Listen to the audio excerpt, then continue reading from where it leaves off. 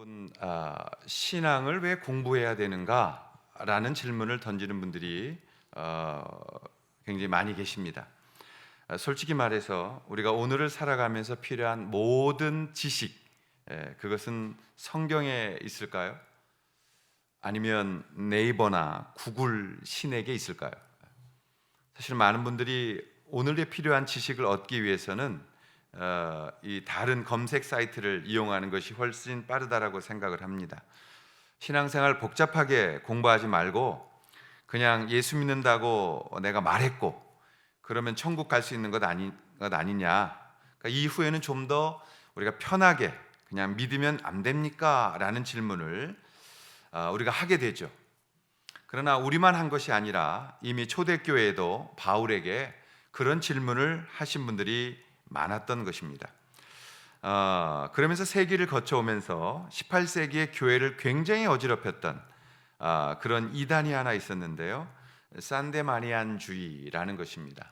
산데마니아니즘이라는 이 산데마니안주의가 무엇이냐면 성경 그대로 그냥 한 말만 하면 된다는 거예요. 입으로 예수를 주님이라고만 말하면 그대로 우리가 입으로 고백했으니 구원 받는 것이다 라는 그 교리를 가진 단체였습니다. 저 산데마니안주의가 유럽을 굉장히 심각하게 휩쓸었고 그것 때문에 로이드 존스 목사님은 이렇게 말했습니다. 그 교훈은 모든 감정과 확신을 배제합니다. 그러나 그것은 틀린 것이고 이단입니다. 참으로 믿고 중생한 사람이라면 확실히 자기는 믿는다고 말하는 것만은 사실입니다. 그러나 어떤 것들을 믿는다고 말한다고 해서 반드시 신앙은 아닙니다. 믿음은 확신이라는 또 다른 요소를 포함하고 있는 것입니다. 믿음은 알미입니다. 우리는 지식의 요소를 믿음으로부터 박탈해서는 안 됩니다. 완전히 확신하는 것입니다. 라는 말을 로이드 존스 목사님이 했습니다. 여러분, 오늘날도 우리가 이것에 조심해야 됩니다. 그냥 예수 믿고 열심히 잘 섬기면 좋은 신앙인이 되는 것 아니냐, 내가 예수 믿었으니 그냥 이제 열심히 믿으면 되는 것 아니냐라는 질문을 할 수도 있습니다. 그러나 복음은 근본적으로 사람의 아이디어가 아니고 사람이 이해할 수 있었던 게 아니고 하나님께서 작정하시고 하나님의 계획으로 예수님을 보내셔서 그 하나님의 은혜와 예수 그리스도의 은혜로 우리가 그분의 의지와 사랑으로 구원을 받아야만 했다라는 것이 복음이라는 것입니다. 그렇기 때문에 복음은 어떠한 예수님의 삶의 결과로 그 자연스럽게 생겨난 것이 아니라 예수님이 그 삶의 결과를 만들기 위하여 이 땅에 작정하고 오셨다라는 것이 우리에게는 정확한 복음이라고 말할 수가 있는 것입니다. 사랑하시는 여러분, 그래서 복음에는 하나님이 인간에게만 허락한 영적인 지식을 사용해야 하는 것이고 하나님께 의지가 진실로 순종하는 그런 인격적인 관계로서 발전해 가야만 된다라는 것입니다. 신앙이라는 말, 믿음이라는 말은 굉장히 다 추상적인 단어들이에요. 그것을 우리가 정확하게 정의해 들어가지 않으면 우리도 이 산데마니아주의처럼 그렇게 잘못된 신앙에 빠질 수가 있다라는 것입니다. 만약 신앙이 믿었다 말하고 열심으로만 가게 되면 그 열심은 자기의 의의를 만들어내게 되어져 있어요. 이것은 불변의 법칙입니다. 여러분이 신앙생활에 하나님을 더 깊이 알아가며 하나님의 복음에 더 깊이 들어가지 아니하면 우리는 결국 신앙을 내 열심으로 만들어내고 그 내 열심은 자기의 의의를 만들어내고 그래서 가짜의 하나님의 의의를 착각하게 돼서 그것으로부터 교만이 내 안에서 만들어지고 그 교만은 결국 가인이 실패했던 제사를 드리게 되고 유대교가 실패했던 종교가 되어지고 그리고 오늘날 많은 종교인들의 삶처럼 내가 지성이면 감천이다 형태로 내 노력으로 하나님을 감동시키겠다라는 결국 복음과는 정반대 길에 가 있는 그런 결과를 낳는다는 것입니다. 그러한 사람들은 결국 하나님 앞에 순종의 모습으로 나오는 게 아니라 하나님 앞에 복음으로 반항을 하는 모습으로 나타나게 되어져 있다는 게 성경이 분명히 가르치고 있는 복음이라는 사실입니다. 그러므로 우리는 조금은 딱딱해도, 조금은 재미없어도, 그러나 정신을 차리고 복음을 들어야만 된다라는 것이죠. 여러분들이 딱딱한 복음에 힘들어 하셔서 제가 어떻게든지 재미있게 하려고 노력은 하고 있습니다만 이게 잘 안 되네요, 이게. 그러니까 여러분, 정신을 좀 바짝 차려 주십시오. 짧은 시간에 듣는 설교니까요. 우리의 구원이 어떤 자격이나 어떤 조건이나 어떤 인간적인 열심을 가지고 내가 성취해낸 거라면 우리는 이 구원을 의미 있게 생각할 겁니다. 그런데 우리가 어느 날 거저받은 은혜로 이 선물을 받았기 때문에 그 값어치를 계속 배우지 않고는 스스로 알 수가 없다는 거예요. 그래서 우리는 배워야 되는 것입니다. 이 배워가는 신앙인과 그냥 자기 열심을 내라고 배운 신앙인은 여러분 100% 다른 길로 갑니다. 아주 다른 길로 갑니다. 가끔 TV에서 어느 집에 불행한 일이 벌어졌어. 애를 잊어버린 거예요. 근데 이 아이가 실종됐는데 이 신고가 되어져 가지고 고아인 줄 알고 데리고 있다가 그만 이 아이가 미국으로 입양을 가버린 거죠. 그래서 한 30년, 35년 넘어서 이제 이 아이가 컸어요. 그리고서 한국에 있는 내 부모님 찾고 싶어서 한국에다 연락을 해서 수소문을 해가지고 찾아서 결국은 그 부모님을 만나는 그러한 감동적인 이야기를 우리가 보게 됩니다. 얼마나 참 이게 눈시울을 붉히는 그런 일이에요. 근데 제가 보고 깜짝 놀란 것은요, 그 한 30년 정도 떨어져 있었는데 너무나도 다른 형제와 미국에서 자란 형제가 달라져 있다라는 것이에요. 여러분, 신앙도 마찬가지입니다. 한 배에서 태어났었지라도 하나님 앞에서 복음을 바로 배워가는 사람과 그냥 자기 마음대로 열심으로 신앙생활한 사람은 궁극적으로 어떤 차이가 있느냐? 책망받는 신앙이 되어질 수 있고요, 그리고 자기 마음대로 하는 신앙이 되어질 수 있고요, 반대로 하나님 앞에 온전히 복음 앞에 순종하고 엎드리는 신앙자가 되어져 있을 수가 있다라는 것입니다. 오늘날 불행하게도 교회 오래 다녔다는 사람들 많이 봅니다. 여러 군데 다녔다는 분들도 많이 봅니다. 그러나 우리가 경험했다시피 교회마다 방문하는 모든 분들에게 우리가 최고의 친절을 드리고 또 우리 교회에 함께하기를 바라고, 이런 마음에서 우리가 많이 교회를 다니신 분들에 대해서 최선을 다합니다. 저도 새로 오신 분들에게 최선을 다해서 환영하고 인사를 드립니다. 그럼에도 불구하고 우리의 오늘의 삶을 보면 어떤 삶의 신앙의 언저리에서 정말 주님을 닮은 부요함과 풍부함을 경험해가는 부분들이 우리에게는 여전히 궁핍해 있다라는 것을 보게 되어진다는 겁니다. 예수 믿으면 그 세월이 흘러가면 흘러갈수록 우리의 삶 가운데 행복하고 풍성한 그런 삶이 흘러나와야 되는데, 좀 씁쓸하게도, 아니 좀 답답하게도 우리는 여전히 예수 믿어갈수록 어떻게 된 것인지 이러한 풍부하고 풍성한 주님의 그 영광의 모습보다는 그냥 어떤 삶에 시달려 있는, 그리고 정말 신앙에 어떤 괴로워하는 그런 묶여있는 모습들을 우리가 보기 때문에 오늘 이 설교를 하게 되어지는 것이죠. 그럼 성도들은 어떨까라는 것입니다. 여러분, 정말 여러분의 오늘 우리 함께 신앙생활하는 여러분들 행복하십니까? 한 분 빼고는 아멘이 없잖아요. 여러분, 정말 우리가 예수 믿어가면서 정말 날마다 주님 안에서 풍성하고 풍요로운 신앙을 즐겨가고 있느냐라는 것이에요. 즐기시고 계십니까? 크게 나올 때까지 계속 이거 물어봐야 돼요. 여러분이 주님 안에서 그걸 누리셔야 되거든요. 근데 이걸 누려가기보다는 힘들어하고 있다고요. 왜일까라는 것입니다. 왜일까? 바울 사도는 오늘 본문에서 로마 교회에게 핍박이 있더라도, 또 오늘로 말하면 오늘은 핍박은 없어요. 그런데 세상이 우리를 정신없이 쾌락으로 끌고 가고 있는 이 시대에 복음을 받고 참 구원을 받은 너희들은 하나님 앞에서 죄를 멀리하며 거룩한 사랑으로 하나님 자녀다움을 가지라고 말씀하고 있는 겁니다. 우리가 하나님 자녀다운 것, 하나님의 자녀다움, 행복하고 풍성한 그러한 삶을 살아가는 것, 그것은 어떻게 해야 되느냐라는 것입니다. 어떻게 하면 하나님 자녀답게 행복하고 정말 풍성한 삶을 살아갈 수 있게 되어질까요? 오늘 우리가 그걸 나누는 겁니다. 그것은 먼저 하나님의 종이 되어야 한다라는 것입니다. 역설적인 것입니다. 우리가 풍성하고 자유로운 삶을 누리기 위해서는 하나님의 종이 되어야 한다. 16절 말씀입니다. 우리가 한번 같이 읽어보겠습니다. 16절 시작. 너희 자신을 종으로 내주어 너희에게 순종하든지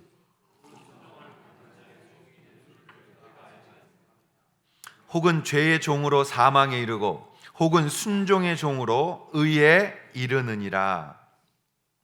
여러분, 이제 예수 믿고 나면 우리가 자연스럽게 신분이 바뀌었습니다.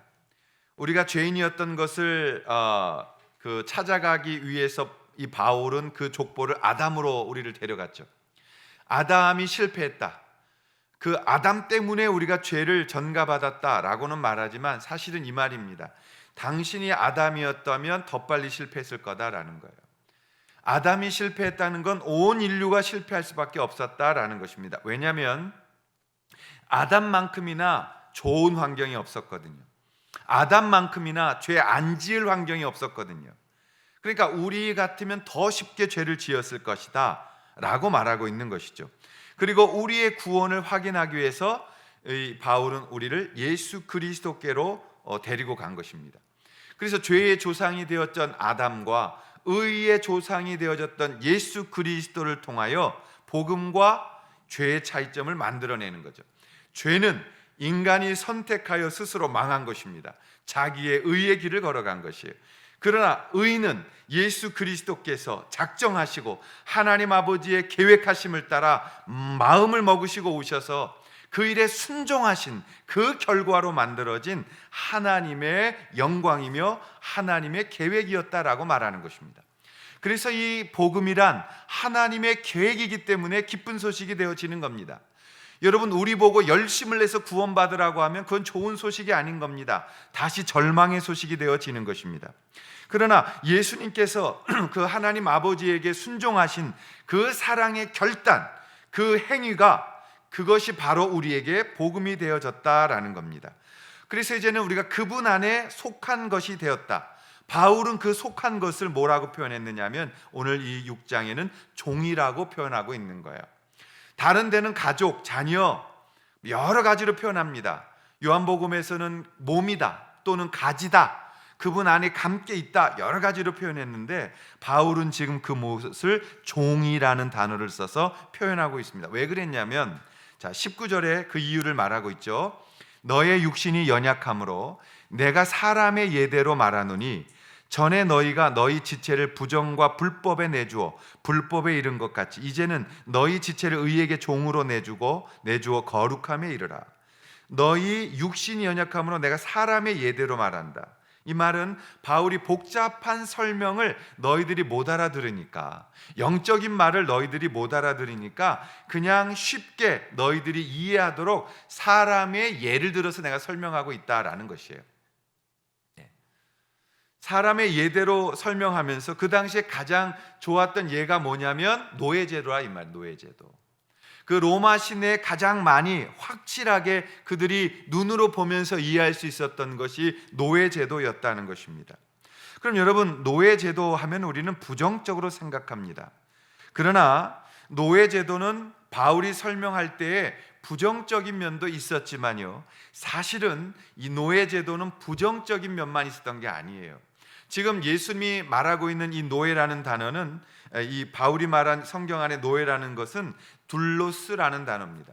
그래서 둘로스라는 단어는 굉장히 종, 노예라는 뜻이지만 다른 깊은 의미를 가지고 있었습니다. 이것을 굉장히 아름답게 잘 설명한 책이 한 권 있는데요, 여러분 좀 소개를 드리고 싶어요. 슬레이브라는 책입니다. 존 맥아더가 쓴 책인데요, 이 책을 보시면 노예가 우리가 생각하는 그런 비참한 모습만을 가지고 있던 건 아니라는 겁니다. 1세기 무렵에 노예의 이미지를 철저히 바꿔주는 그런 책입니다. 노예라고 다 같은 노예가 아니었다는 거예요. 예수님 당시의 노예, 로마 시대에는 노예가 굉장히 많았죠. 그런데 중요한 게 있습니다. 노예일지라도 누가 주인이냐에 따라서 노예의 팔자가 바뀌어가는 거예요. 내가 누구를 섬기고 있느냐에 따라서 노예가 바뀌어져 가는 거예요. 예를 들면 요셉이 바로를 섬겼어요. 팔자가 바뀐 거죠. 인생이 바뀐 거라 이 말이에요. 그래서 이 노예라고 해서 다 같이 매 맞고 노나 젖고 그냥 죽어가는 이런 노예가 아니라, 이 노예는 전적으로 주인의 소유가 되었기 때문에 그 소유자가 누구였느냐에 따라서 이 노예는, 이 종은 삶이 달랐다라는 것입니다. 여러분, 바울은 그것을 지금 이야기하고 있는 것입니다. 너가 죄의 노예가 되었다면 비참할 때가 그지없는 거예요. 너의 주인이 마귀이기 때문에, 너의 주인이 죄이기 때문에 죄의 노예가 된다는 것은 이 세상에서 최고의 비참한 존재가 되는 거였다. 그러나 이제는 예수 그리스도로 말미암아 너가 의의 종이 되었다는 거잖아요. 의의 종이 되었다는 것은 엄청난 많은 사람의 부러움을 얻는 대상이 될 수 있다라는 것입니다. 우리는 하나님의 노예가 되었다, 하나님의 종이 되었다는 거죠. 이 하나님의 종은 얼마 지나지 않으면 하나님의 자녀가 되어지는 것입니다. 하나님의 자녀가 되어지다가 어느 날 성숙해져서 아들이 되어지는 이러한 이제 권위를 받게 되면 하나님의 모든 상속을 받는 자가 되는 것이에요. 여러분이 엄청난 것을 바울은 의의 종이라고 표현하는 것입니다. 그러므로 사랑하시는 여러분, 우리가 주님의 종이 되었다는 것은 하나님의 이 영광의 풍요함과 영광의 행복한 것들을 누리는 자들이라는 것을 기억하시기를 바랍니다. 우리는 언제나 하지 말라는 것에 익숙해서 예수 믿고 나면 이거 하지 마, 저거 하지 마, 이거 하지 마, 저거 하지 마, 이걸로 아주 그냥 사람을 질리게 만들어 버린다고요. 그래, 여러분, 복음이란 그런 것이 아닙니다. 의인은 다시 한번 주님 앞에 서는 것입니다. 여러분, 에덴 동산에서 하나님이 아담을 만드시고 어떻게 말씀하셨어요? 다 먹어, 다 누려, 다 너가 관리하다고, 네가 다 누려야 되는 것들이야, 한 가지만 하지 마라고 말씀하셨어요. 오늘도 마찬가지, 예수 믿고 나면 주님 이렇게 말씀하십니다. 다 너의 것이야, 한 가지만 하지 마. 뭐요? 하나님 기뻐하지 않는 것만 하지 마. 내가 싫어하는 것만 하지 마. 내가 싫어하지 않는 게 뭐예요? 하나님이 싫어하지 않는 것. 가장 중요한 게 다시 죄의 노예, 죄의 종이 되어지는 거예요. 우리가 그걸 주님이 제일 싫어한단 말이에요. 그것을 우리가 잊어버리고 살아가는 거예요. 근데 여러분, 세상은 자꾸 우리를 과거의 죄로 끌고 갑니다. 이 마귀는 우리를 가만두지 않습니다. 왜? 어디 도망을 쳐? 너는 나의 것이야. 그래서 하나님의 자녀가 돼서 이해 안 되는 놀라운 영광을 누리게 될 것을 마귀가 싫어해서 우리를 놔주지 않는 거예요. 계속해서 마귀는 우리가 조금만 잘못하면 옛날의 죄를 가져다가 다시 덮어 씌워서 죄의 종이 되도록 만들고 싶어하는, 그 죄를 자꾸 우리에게 전가시켜버리는 그런 일을 하는 것입니다. 여러분들이 하나님 앞에 죄의 고백을 했다면 하나님이 잊어버리셨는데 왜 여러분들은 잊어버리질 않으십니까? 하나님은 동이 서에서 먼 것 같이 나는 걸 잊어버렸다. 내가 저 양의 털같이 하얗게 만들어 버렸다. 너의 죄가 붉을지라도 나는 다 잊어버렸다라고 말씀하시는데, 왜 그 일은 또 우리가 이렇게 똑똑한 척을 하는지 10년 전, 20년 전, 30년 전, 40년 전 그 죄를 고백하라고 할 때마다 다시 끄집어내서 보물단지처럼 닦았다가 다시 집어넣고 또 꺼내서 다시 집어넣고, 뭐가 안 되면 이때 죄를 져서 그래, 나는 죄인이야, 나는 할 수 없어. 하나님은 그걸 기뻐하지 않는다는 거예요. 여러분, 교회 안에서도 맨날 죄를 고백하라고 하는데, 저는 죄에 대해서 중요성을 간과하자는 것이 아닙니다. 죄를 고백하고 여러분 하나님 앞에 정말 용서받은 확신 받았으면 하나님하고 해결된 건 끝내세요. 그러나 뭐가 문제냐면 서로가 잘못한 건 가서 배상하셔야죠. 이건 또 안 해요. 내가 저 사람에게 빚졌으면 가서 갚아야죠. 사과해야죠. 당연히 그 사람의 용서받아야 되는 거죠. 그러나 그것이 아니라 하나님 앞에서 어찌할 수 없는 거라면 하나님 앞에 눈물과 회개와 다시는 그렇게 살지 않는 결단과 이제는 바르게 살겠다는 하나님 안에서의 의의 마음으로 일어서셨다면 그것은 잊어버리셔야죠. 그리고 하나님 앞에 새로운 삶으로 승리하셔야죠. 날마다 우리는 근데 그걸 꺼내온단 말이에요. 또 그걸 또 꺼내서 계속 나누게 하라고 하는 데도 있어요. 그래서 서로 나누어야 또 마음이 시원하다고. 여러분, 그게 바로 캐톨릭의 고해성사였다는 것입니다. 여러분, 하나님 앞에 용서받으면 마음이 시원해지고 끝나는 것이지 왜 사람에게 고백을 하고 내가 이제는 얘기를 했으니까 라고 이야기를 하십니까? 만약에 불편하면 부부간에 고백하시고 용서받고 하시면 되는 거예요. 그러나 그것을 꼭 사람들 앞에서 해야만 뭐가 된다, 이런 논리는 조금 위험한 것이니까 와서 저하고 상담 받으시길 바랍니다. 그래서 18절에 18절에 바울이 말하는 거예요. 죄로부터 해방되어 의에게 종이 되었느니라. 죄로부터 해방되어 의에게 종이 되었다고.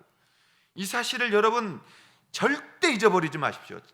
여러분이 소위 알츠하이머라는 치매가 오셔도 이름이 뭐세요? 물어보면 죄로부터 해방되어 의에게 종이 되었어요. 이렇게 대답하셔야 돼요. 자, 옆에 분하고 한번 해보겠습니다. 죄로부터 해방되어 의에게 종이 되었어요. 시작. 이름이 뭐세요? 죄로부터 해방되어 의에게 종이 되었어요. 여러분, 이게 우리 안에 아이의 쇠뇌가 되셔야 돼요. 그게 이신칭이라는 교리입니다. 이것을 놓치고 나면 우린 다 놓쳐버리는 거예요. 옛날에 죄를 자꾸 써먹으면서 지금의 행복의 기회를 놓치지 마십시오. 여러분, 하나님 앞에 승리하는 삶을 살아고 주신 삶을 여러분 계속 죄끈에서 닦아대면서 시간 허비하지 마십시오. 죄의 종이 되지 말고 하나님의 종이 되어지는 것입니다. 여러분, 그리스도인들은 하나님의 안에 있을 때 가장 풍요로운 거예요. 물고기는 물속에 있을 때 가장 자유로운 거예요. 새는 하늘을 날 때 가장 자유로운 거예요. 사자는 초원을 달릴 때 사자다운 거예요. 그리스도인들은 하나님의 종이 되어질 때 가장 풍요롭고 가장 자유한 종의 삶을 살게 되어지는 것입니다. 그럴 때 우리가 22절을 선포하게 되는 거예요. 그러나 이제는 너희가 죄로부터 해방되고 하나님께 종이 되어 거룩함에 이르는 열매를 맺었으니 그 마지막은 영생이니라 이거예요. 그거와 비교되는 게 23절이에요. 그러나 죄의 싹은 사망이요 그리스도 하나님의 은사는 그리스도 우리 주 안에 있는 영생이라 이 말이에요. 여러분, 이것을 비교하실 수 있어야 되는 겁니다. 하나님의 종들은 영생입니다. 우리는 죽지 않습니다. 아멘. 하나님의 종들은 절대 죽지 않습니다. 우리는 영원한 생명을 얻은 사람들입니다. 그러나 죄에게 종노릇하는 죄의 결과는 사망이라고 성경은 말하는 거예요. 여러분, 저는 그리스도인들은 이 땅에서 결코 사랑의 빛 외에는 어떤 것도 빚지지 말아야 한다는 말씀을 믿고 사실 그렇게 살려고 노력합니다. 지금도 누가 안 알아줘도 괜찮고요, 누구에게 칭찬받으려고 목회하는 것도 아니고요, 유명해지려고 목회하는 것도 개인적으로 사실 굉장히 힘든 시간 보내고 있습니다.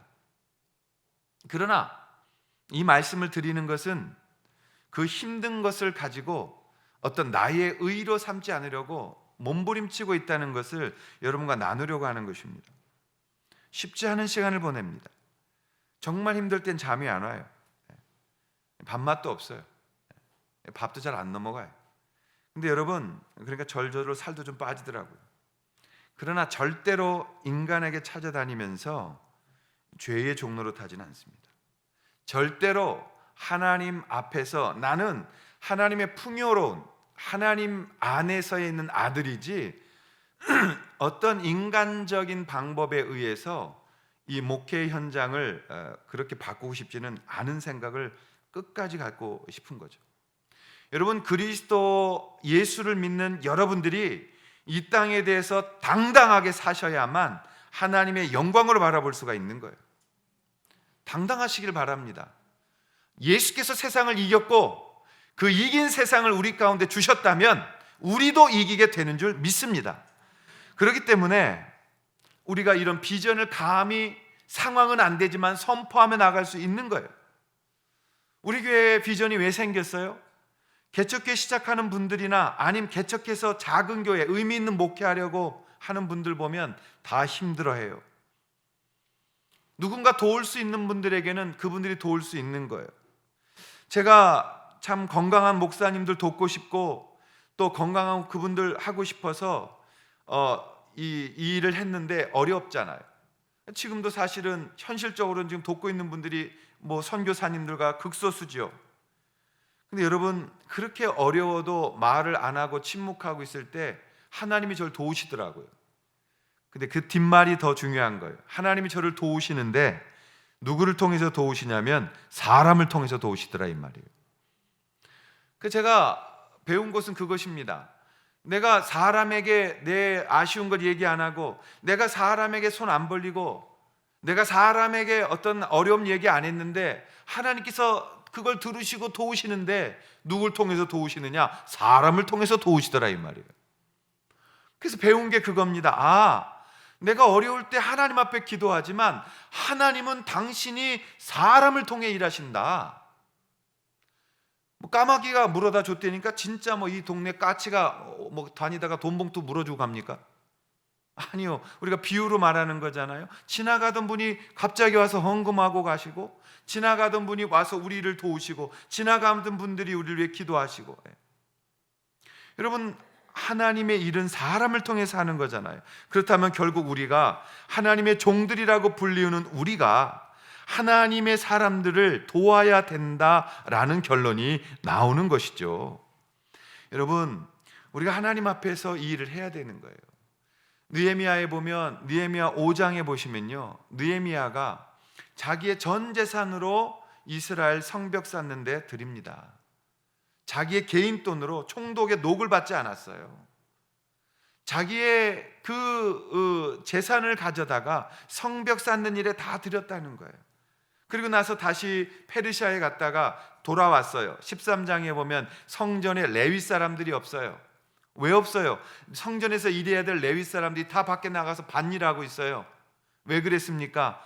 11조 하겠다고 했던 민장들이, 지도자들이 11조를 안 하니 레위 사람들이 먹고 살 것이 없어서 밭에 가서 자기의 일을 해야 됐다는 겁니다. 그러자 느헤미야가 야단을 치죠. 그리고 레위 사람들이 다시 불러와서 성전 일만 할 수 있도록 만들어내죠. 여기서 말씀드리고 싶은 요점은 이겁니다. 사역자들도 일할 수 있어야 합니다. 사역자들도 교회가 어려우면 일해야 합니다. 저도 직장에 다녔잖아요. 집사람도 빵집에서 매니저 하면서 먹고 살았잖아요. 여러분, 교회를 위해서라면 우리가 가족으로서 무슨 일을 못 하겠습니까? 그런데 왜 우리는 그런 가난한 교회를 도와주고 싶냐? 개척하는 교회를 도와야 하느냐? 왜 선교사들을 도와야 되느냐라는 거예요. 제가 해보니까 먹는 것 가지고 기도하니까 다른 기도를 못 하더라고요. 배고프면 다른 기도가 먼저 안 나와요. 먹는 것부터 기도가 나오지. 그래서 배운 게 뭐냐면, 적어도 목사님들은 먹는 것 가지고만 기도하면 안 되지 않겠는가? 먹고 사는 것 놓고 기도하는데 시간을 너무 많이 쏟으면 안 되지 않는가? 하나님, 그렇다면 하나님이 이분들은 좀 도와주세요. 누구를 통해서? 사람을 통해서요. 가능하다면 우리를 통해서요. 그리고 이분들의 기도가 교회를 위해서, 나라와 민족을 위해서, 하나님 나라와 그 의를 위해서 기도할 수 있다면 그 기도의 내용이 레벨이 다르지 않겠는가? 내가 먹고 살 것을 위해서만 기도하는 게 아니라 하나님의 나라를 위해 기도하기 시작한다면 이 나라 이 민족이 이렇게 변하진 않았겠는가? 오늘날 왜 우리가 싸우고 있습니까? 남과 북처럼 말이에요. 여러분, 저 광화문에 가면 답답하고 아픔이 먼저 오지 않아요? 누구를 죽여야 되고 누구를 없애야만 이 나라가 하나로 통일되어집니까? 아니요. 여러분, 정반대 사람 절반 다 죽여도 남아있는 절반끼리 또 반쪽해져서 싸워요. 지금은 누구 편이 중요한 게 아니라 교회가 무엇을 해야 되느냐에 우리가 목숨을 걸어야 될 때가 된 거예요, 정말. 여러분, 배고픈 사람이 열심내서 목사 되면 부흥사 됩니다. 우리나라가 그랬어요. 정말 배고픈 시대에 물 떠먹으면서 기도했던 분들이 유명한 부흥사들 됐어요. 근데 저는 그거보다 더 중요한 게 있다고요. 그 아버지가 유명한 부흥사가 되면 한이 맺히니까 애를 가르쳐요. 그 자녀가 잘 배워요. 그리고 잘 자라요. 그리고 아버지 닮아서 좋은 목사가 돼요. 그럼 어떤 일이 벌어지느냐? 멋진 품격을 가진 신학도 잘 준비된 정말 지도자로서의 목회자가 만들어지는 거예요. 저는 솔직히 제 아들이 목사 됐으면 좋겠다는 생각을 해본 적이 있어요. 근데 우리 아들이 큰 교회에 있을 때는 아버지가 멋있었는지 목사 되겠다고 하더니 중학교 올라가면서 현실을 알았어요. 개척교회 어려움을 맛보더니만 바로 아빠 목사는 안 하겠습니다 이러더라고요. 그게 마음이 아픈 거죠. 여러분, 우리 목회자들이 정말 교회에 주는 장학금으로 잘 준비되어진 분들 만들어지면 얼마나 좋겠습니까? 이슬람은 그렇게 하는데 왜 우리는 그걸 못하나요? 무조건 교회들 작으면 다 배고픈 기도해야 되나요? 성공하신 목사님들, 대형교회 목사님들, 작은 교회는 본인처럼 그렇게 먹을 것만 위해서 계속 기도해야 되나요? 먹을 것 좀 해결해 주고 그의 나라를 위해 더 기도할 수 있도록 해주면 안 되나요? 그게 답답해서 나 같은 멍한 사람도 이 일을 하는 것 아니겠어요? 저는 우리가 이런 의미 있는 작은 교회들 돕고 그런 교회들 함께 갈 수 있다면 이 나라의 민족은 일어날 수 있다고 생각을 합니다. 오늘의 위기의 대한민국, 그 중에서도 참 두 진영으로 교회까지도 또 지방별로도 쫙 갈라져 있는 이 시대에 참 귀한 선지자 같은 분이 우리나라에 와서 메시지를 전하고 가셨어요. 제가 굉장히 존경하는 분 중에 한 분이 팀 켈러라는 분인데요. 이분이 이제 한국에 와서 우리나라에 작년에 TGC라는 게 만들어졌습니다. TGC. 이게 무슨 뜻이냐면 The Gospel Coalition이라는 뜻이에요. 그게 뭐냐면 복음 연합이라는 겁니다. 여러분, 이것은 가서 꼭 정말 여러분들이 사이트에서 아예 매일 가서 들어가셔도 됩니다. 다른 사이트는 요즘 이단계 굉장히 많아요. 그래서 좀 조심스러운데 이 사이트는 여러분들에게 꼭 알려드리고 싶었어요. 들어가시면 너무 좋은 분들의 설교, 묵상, 자료 굉장히 좋은 거예요. 그래서 복음 연합이라는 것인데요. 이 TGC 코리아가 이제 만들어질 때 팀 켈러가 와서 특별한 시간에 메시지를 전했습니다. 팀 켈러 목사의 말은 이겁니다. 많은 사람들이 역사적 전통적 교리를 지켜온 크리스찬들은 시대에 지금 뒤처져 있다는 거예요. 지나치게 배타적이 되어졌고 심지어 다른 세상의 모습을 보이고 있다는 겁니다. 그러니까 현실 감각이 너무 없다는 거예요. 그럼 도대체 이 초대교회 300년 동안 3세기 동안 초대교회는 어떻게 했길래 엄청난 부흥을 일으킬 수가 있었느냐. 이 팀 켈러 목사의 진단이 이거죠. 많은 사람들이 그 당시에 문화적 엘리트들이 볼 때에는 기독교는 배타적이었고 조롱거릴 수밖에 없었다. 그런데 어떻게 보면 그들은 중심 세력으로 다가오고 있었고 박해를 받아서 목숨을 잃고 있었고 가진 자들에게, 권력 있는 자들에게 배타적이었는데 그들은 점점점 강해져 갔다라는 것입니다. 그 이유가 무엇이었겠느냐라는 거죠.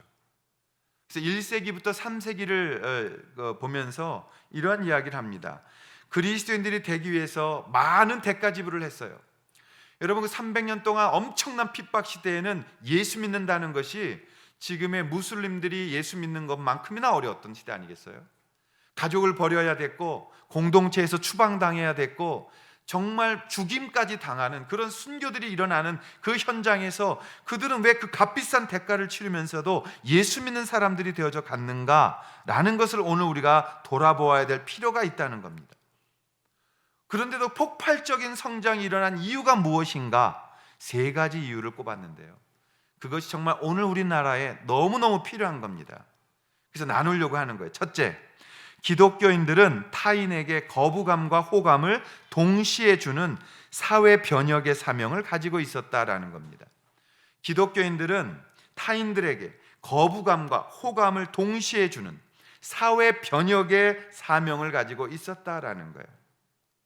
다시 말하면 기독교인들은 낙태와 더불어 원치 않는 아기를 쉽게 버리는 유아 유기 이런 관습 금지했고, 이성 간의 결혼 그런 거 성행위 피했고, 성적으로 반문화적이었다는 거예요. 그런데 반대로 무엇을 했느냐? 자기의 돈을 아끼지 않고 매우 관대하게 베풀었으며, 가족이나 민족뿐 아니라 가난하고 궁핍한 자들에게 특별히 그랬다는 거예요. 저는 우리 기독교가 어느 한쪽을 정치적으로 저는 절대 거론하고 싶지 않습니다. 지금 해야 될 일은 곡간을 다 풀어야 되는 거예요. 교회들이 갖고 있는 땅을 다 팔아야 되는 거예요. 너는 땅 없으니까 그렇게 쉬운 말 하지. 이따가 우리 그 사무 처리할 때 좀 얘기를 하겠습니다만, 허리를 우리가 더 바짝 조르고요.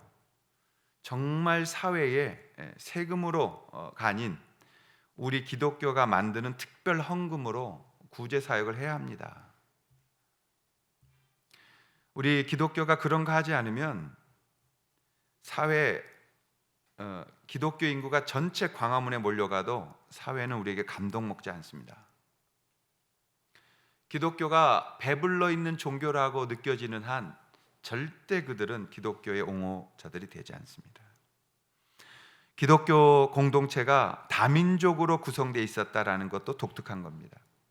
안디옥 교회는 그 당시에 여러 가지 스킨 컬러가 달랐지만은 이 흑인들조차도 지도자로 설 수 있을 만큼 오픈되어져 있었다라는 거예요. 그럼 뭘 말하는 거예요? 교회 안에는 여러분 여러 가지 우리의 옹호하고 싶어 있는 단체도 있고, 또 어떤 지방도 있고, 어떤 그런 것이 있겠지만, 저는 그 다민족적 다양성이라는 것이 우리 안에 들어와 예수 그리스도의 복음의 피로 섞이지 않는 한 절대 교회는 세상을 이길 수가 없습니다. 여러분, 우리가 하나님 앞에서 정말 좋은 공동체는 자기 민족을 죽인 원수들이라도 복수하지 않고 용서했다는 사실을 기억했으면 좋겠습니다. 용서하는 자가 이기는 겁니다. 이스라엘이 그 용서를 붙들고 독일을 용서했어요. 그리고 그것을 잊지 않고 살았기 때문에 그 이스라엘은 지금 최고의 나라로 만들어져 가는 겁니다. 우리 그리스도인들이 정말 맞아도 이쪽을 돌려대라고 말하면서 정말 무저항하고 하나님 앞에 사랑하고 그 마음 들고 갈 때에 세상은 우리에게 초대교회와 같이 거부감은 있으나 부러워하는 호감을 갖는 그런 역사가 일어나게 될 줄로 믿습니다. 두 번째는 기독교는 창조자 하나님의 직접적이고 인격적인 사랑의 관계를 제시했었다라는 거예요. 초대교회는 하나님을 그들이 직접 만나는 영광들을 세상 사람들이 봤다는 거잖아요. 오늘 우리 주변에는 많은 사람들이 은혜 받았다라고 말하지만 그들을 통해서 하나님의 임재하심을 볼 수가 없는 거예요. 너무 속도 좁고 너무 인색하고 너무 사람들에게 닫혀있는 우리를 보면서 다른 사람들이 우리 안에 들어올 공간이 없는 겁니다. 초대교회는 다른 우상들을 섬기던 그들에게, 다른 동방 종교들을 섬겼던 그들에게 기독교인들은 과히 충격적이었던 거죠. 그들은 하나님 앞에 그 인격적인 사랑을 가지고 그 하나님 앞에 실질적인 모습으로 나아가는 모습은 어느 종교도 감히 흉내낼 수 없었다라고 말하고 있는 것입니다. 우리가 정말 더 깊이 있는 기도, 정말 깊이 주님을 만나는 것, 그것이 이제는 우리 가운데 필요하게 된 것입니다. 세 번째는 기독교는 영생의 확신을 가져다 주었기 때문이다라는 것입니다. 여러분, 이 켈러 목사가 이렇게 말해요. 모든 종교는 인간의 노력을 통해 구원을 획득하려는 노력의 산물이었기 때문에 죽기 전까지는 누구도 영생을 확신할 수 없었다. 그렇게 말했어요. 그러나 이 복음은 행위가 아니라 은혜로, 즉 인간의 행위가 아닌 그리스도의 행위로 구원이 주어진다고 가르치셨기 때문에 그분들이 이것을 붙들고 이 땅에서도 구원받은 영생의 확신으로 살았기 때문에 세상은 그것을 감당할 수 없었고 세상은 그것에 대하여 놀랄 수밖에 없었다라는 거예요. 저는 제가 무슨 단임 목사로 불리는 건 너무너무 싫어하는 사람이고 어떤 그것으로 인하여 기득권이나 어떤 것에 대하여 하나님 앞에 철저하게 내려놓고 싶어 하는 거죠. 왜 그러는가? 큰 건 아니지만 연습해야 되는 겁니다. 정말 하늘에 계신 주님을 내가 믿고 그 주님을 기다리는 사람이라면 그 기다리는 사람답게 살아가기 위해서 오늘날 우리가 이 일을 해야 된다는 거예요. 오늘날 우리 크리스찬들이 달라야 된다는 거예요. 세상을 목적으로 살아가는 사람과 하늘을 목적으로 가는 사람들은 달라야 된다는 거예요. 그래야만 세상은 우리에게서 이 생명력을 얻게 될 수 있다는 것입니다. 오늘날 크리스천들이 자선도 없고 관용도 없고 다민족성도 없고 평화의 중재성도 없고 그런 게 없다면 사람들 우리 주목하지 않는다라는 것입니다.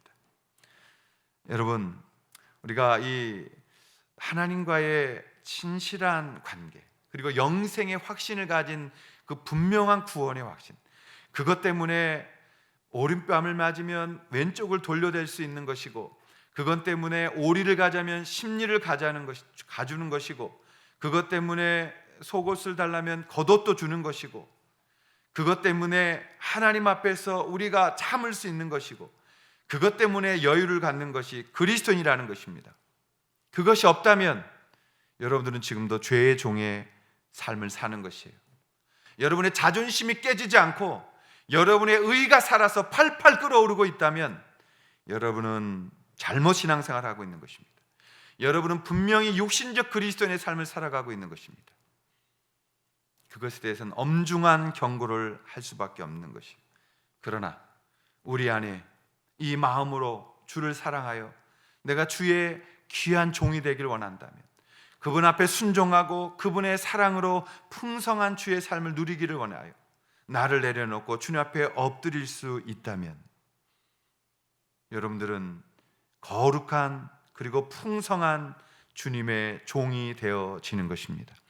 그리고 그 종의 삶을 누리게 되어지는 것입니다. 그 종들이 이 땅에 늘어날 때 우리 이 한민족은 다시 살아나게 되어질 것입니다. 그리고 이들의 이 품어져 있는 분노와 그리고 이 한 맺혀 있는 힘이 다시 한번 뭉쳐졌을 때 정말 세상을 뒤집어 놓을 수 있는 하나님의 강력한 역사가 되어지는 것이 만들어질 것입니다. 그것이 교회부터 시작되어져야 되는 것이고 교회에서 그것을 보여야 되는 것이고 그것으로 우리가 일어서야 되는 것입니다. 사랑하신 여러분, 정말 이제는 우리가 더 뜨겁게 사랑하고 더 천국을 사모하고 더 주님 안에서 한 가족 되어져서 하나님의 이 거룩한 종으로서의 풍성하고 행복하고 자유로운 삶을 누려가실 수 있는 여러분들의 삶이 되시기를 주님의 이름으로 축원합니다. 기도하겠습니다. 하나님 아버지, 우리의 목표는 많은 숫자가 아닙니다. 그러나 하나님의 일을 하기 위해서는 함께해야 합니다.